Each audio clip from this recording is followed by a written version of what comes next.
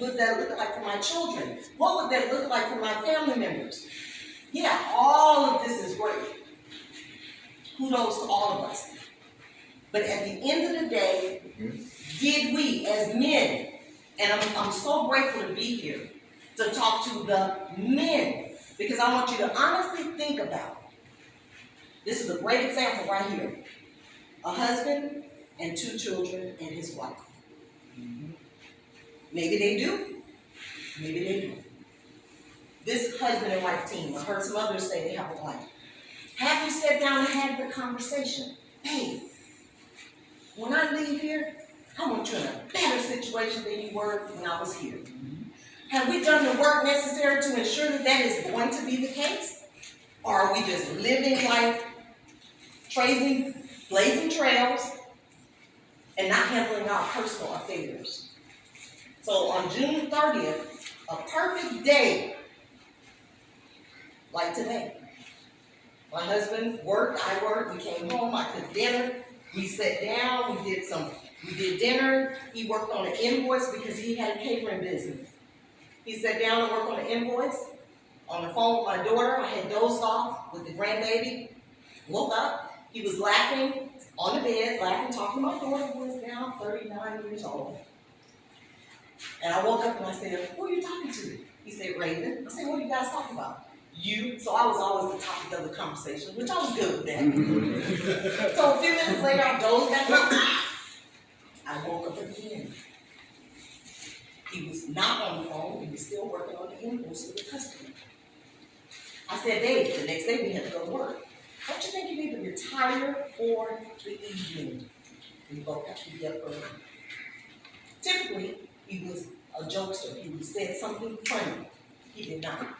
He got up, put the laptop down, sat on the bed, turned over on his side, rolled over on his stomach. I'm on this side of the bed. I need you to picture this.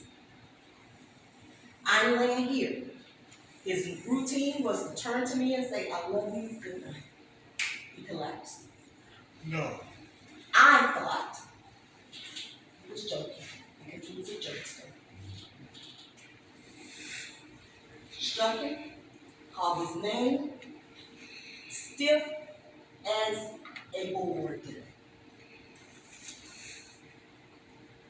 Guess who panicked? Guess who did no CPR? Yes. Did I call 911? Yes. Did I run out of the house to the neighbor's house trying to get help? Yes. Did I call the other neighbor? Did I call my daughter back? Did I do all those things? I did. However, 911 came, got him heart rate, transferred him to Southern Regional Hospital, and I am going to say the name, because I can, that's where it was.